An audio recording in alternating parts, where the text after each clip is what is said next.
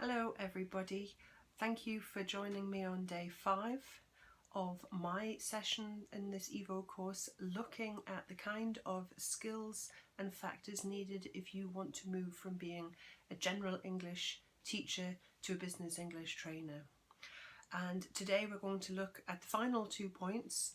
One is how you can continue to develop your training skills as a business English trainer after this course.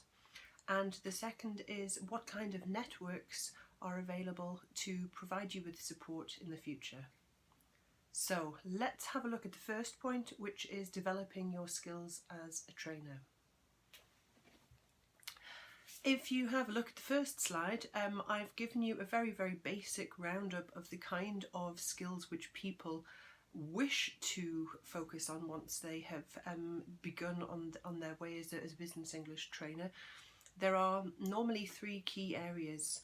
The first thing that people wish to develop are their own communication skills, by which I mean people want to improve the way that they present so that they can pass that skill on to their learners. Perhaps they want to focus on what their elements are of writing emails effectively so that they are able to support trainers with, learners who have let's say a higher level of English, but who want to learn the finer details of how people communicate in writing. Communication skills can also be things, of course, like networking and negotiating. They're skills which we may be very good at. They may be skills that we're quite bad at, but they will be skills which people will want to address in business English training, and therefore communication skills in these areas are things that people tend to focus on in their own personal development. A second skill, of course, is intercultural training. If we are dealing with a particular nationality or group of nationalities, this might be an area in which we wish to expand our own knowledge. And so getting training, whether that's in the form of face-to-face training, online training, if it's reading books and magazines about this, it's another key area in which people like to try and develop how they teach. And the last one on this particular list is basically teaching skills. So once we are confident in performing a needs analysis, identifying objectives, developing training materials, there may be elements of our own teaching which we would like to improve. I've been teaching for 17, nearly 18 years, but there are constantly things which I identify in my own teaching and training style which I would like to improve, whether it is improving my board work or handwriting to make it more legible for people, or how I give instructions to my participants so that they can understand how they have to complete the task. There are teaching skills which we can always improve on. The question is, of course, who do we target in order to get these skills, to develop these skills? So just looking in my own area and my own experience of developing skills, I have a Chamber of Commerce which is located in the next biggest city where I live, and they've been very useful. They provide communication training, intercultural training too, in German, because I live in Germany, but because my level of German is good enough, I'm able to participate on those courses, and I have found those extremely useful for developing my own skills and transferable to my business English training. So if you have any kind of organisations which support business, this could be the Chamber of Commerce, or you may have local business consultants who are prepared to work with you. They will also be a very useful source of training.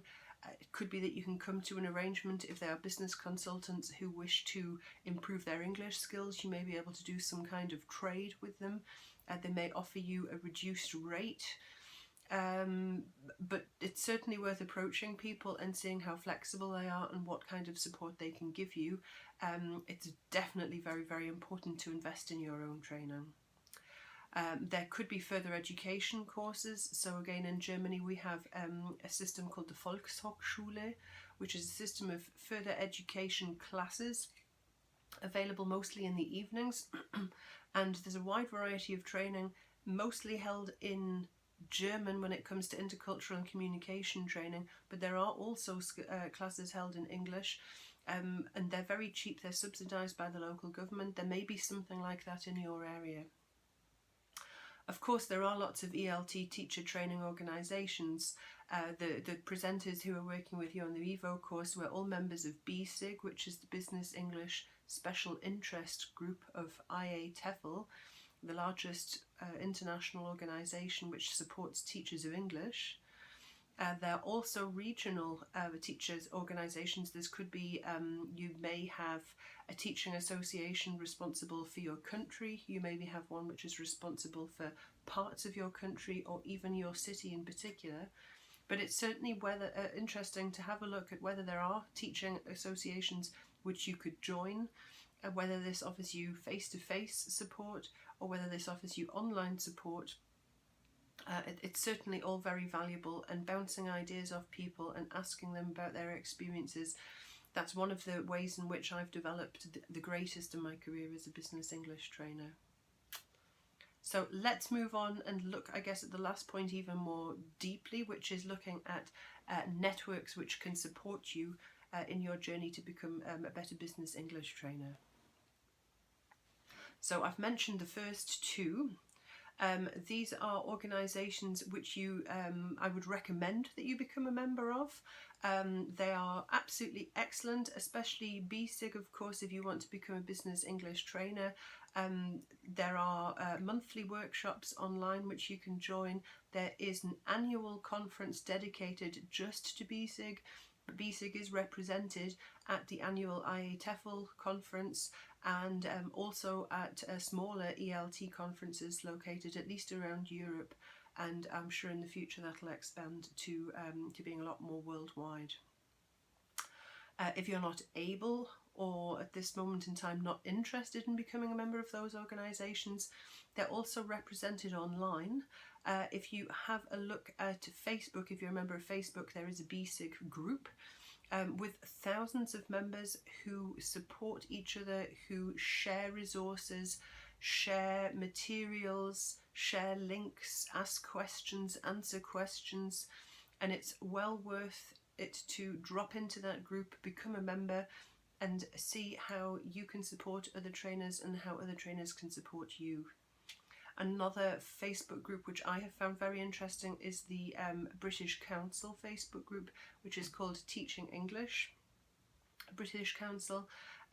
There are a huge number of teachers and trainers across the world. I think we're talking about millions.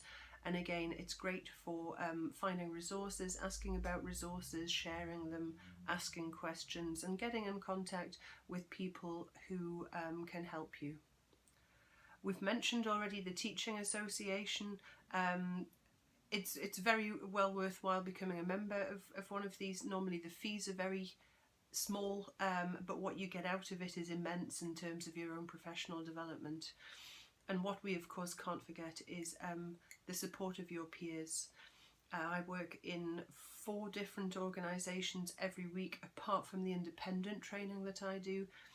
So 3 universities and 1 language school, and there is always someone available to bounce ideas off, as long as I make sure I put feelers out there. So this could be the person who's organising the courses for me, but also the other people, the other trainers who are going into classrooms, who have stood in your shoes, who have had the frustrations which you have had, who have tried to develop materials on a very difficult topic that maybe you have.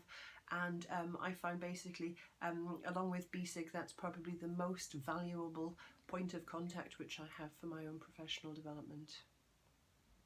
Okay, so we've had a very brief look today at how people tend to develop professionally or wish to develop professionally, and sources of professional development training which may be of interest to you if you already have strong business English training skills, or in the future once you have got used to this new role and wish to expand your skills even further. This was the last day of EVO for me, so I will be passing on to another trainer next week. We've had a wide variety of topics that we've covered this week, and I hope that for those of you who are general English teachers, or relatively inexperienced business English trainers, that you feel that your skills will have expanded somewhat this week. For the established business English trainers, perhaps there's also been one or two pieces of food for thought. In any case, after today's session, there will be one final task for you to complete, and feel free to stay in touch. You can find me in all of the social media networks, and I look forward to hearing about your successful transition to business English training. Okay, enjoy the rest of your EVO course. Bye.